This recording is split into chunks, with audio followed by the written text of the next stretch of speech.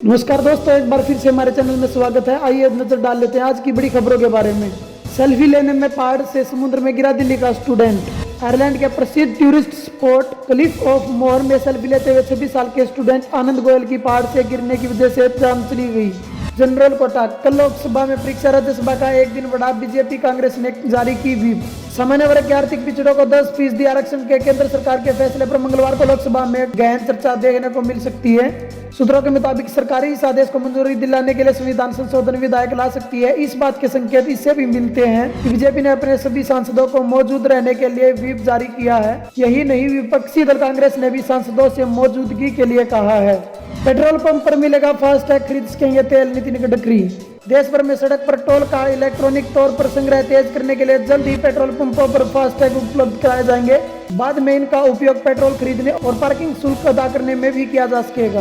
BJP से हाथ मिलाने वाले बन जाते हैं राजा हरिश्चंद्र तेजस्वी यादव। बिहार विधानसभा में विपक्ष के नेता और पूर्व उप मुख्यमंत्री तेजस्वी प्रसाद यादव ने सोमवार को भारतीय जनता पार्टी पर हमला बोला। बीजेपी पर तंज कसते हुए तेजस्वी ने कहा कि जो लोग बीजेपी से हाथ मिला लेते हैं या उनके गठबंधन में शामिल हो जाते हैं वे राजा हरिश्चंद्र हो जाते हैं और उनसे अलग रहने वाले भ्रष्टाचारी। पहाड़ों पर भीषण बर्फबारी से हिंदुस्तान बना बर्फिस्तान। पहाड़ों पर हो रही लगातार भयानक बर्फबारी से हिंदुस्तान के 3 राज्य बर्फिस्तान बन गए हैं। जम्मू कश्मीर, उत्तराखंड और हिमाचल प्रदेश में बर्फबारी ने पुराने सारे कीर्तिमान ध्वस्त कर दिए हैं। हिमाचल प्रदेश में जहां एक और पर्यटक बर्फबारी से फूले नहीं समाये, तो दूसरी तरफ रास्तों के जाम होने से उनकी सारी खुशियां काफूर हो गई। कांग्रेस की पूर्व सांसद प्रिया दत्ता अगला लोकसभा चुनाव नहीं लड़ेंगी। कांग्रेस की पूर्व सांसद प्रिया दत्त ने सोमवार को घोषणा की कि वे 2019 लोकसभा चुनाव नहीं लड़ेंगी और अपने परिवार को ज्यादा समय देना चाहेंगी। स्मरण रहे, प्रिया दत्त अभिनेता व पूर्व सांसद सुनील दत्त की पुत्री व अभिनेता संजय दत्त की बहन है। मोदी सरकार को झटका, उड़ान के पहले चरण के 44% रूट बंद। मोदी सरकार की हवाई चप्पल वाले को हवाई जहाज का सफर कराने की वजह से छोटे तथा मध्यम शहरों के लिए शुरू की गई किफायती विमान व हेलीकॉप्टर सेवा योजना उड़ान के पहले चरण में आवंटित 44% मार्गों का आवंटन रद्द कर दिया गया है। व्हाट्सएप ने 20 साल से लापता को परिजनों से मिलवाया।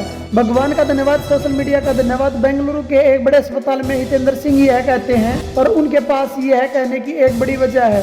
वो ये बात वहाँ इलाज के लिए लाए गए महावीर सिंह चौहान की कहानी पर कहते हैं, जो व्हाट्सएप की बदौलत राजस्थान में अपने घर वालों से 20 साल बाद मिल सके। सवर्णों को आरक्षण के नरेंद्र मोदी के दाव से क्यों नहीं लड़ पाएंगे माया से लेकर नायडू। सोमवार को दिल्ली की सर्द हवाओं के बीच सियासी पारा अचानक बढ़ गया। खबर आई कि केंद्र की नरेंद्र मोदी सरकार सामान्य वर्ग के गरीबों को अलग से 10% आरक्षण देगी। यह आरक्षण सुप्रीम कोर्ट द्वारा तय की गई आरक्षण की अधिकतम 50% सीमा से अलग होगा।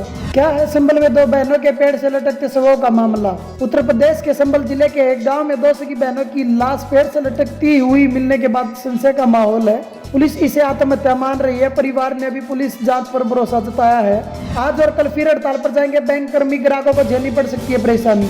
दिसंबर 2018 के आखिरी दिनों में बैंक कर्मी हड़ताल पर गए थे और अन्य छुट्टियों के कारण बैंक बंद रहने से ग्राहकों को भारी परेशानी का सामना करना पड़ा था। सरकारी बैंक कर्मचारी संगठनों के एक धड़े ने एक बार फिर मंगलवार और बुधवार को हड़ताल का आह्वान किया। सरकार की कथित श्रमिक विरोधी नीतियों के खिलाफ 10 केंद्रीय कर्मचारी संगठनों ने 2 दिनों का देशव्यापी हड़ताल बुलाया है। इसे बैंक कर्मचारी संगठनों का एक बड़ा समर्थन दे रहा है।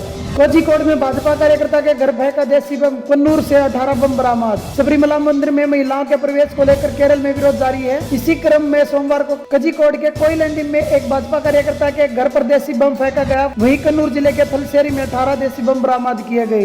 केजरीवाल के लालची कहने पर खैरा का पलटवार। वे खुद सत्ता और पद के भूखे।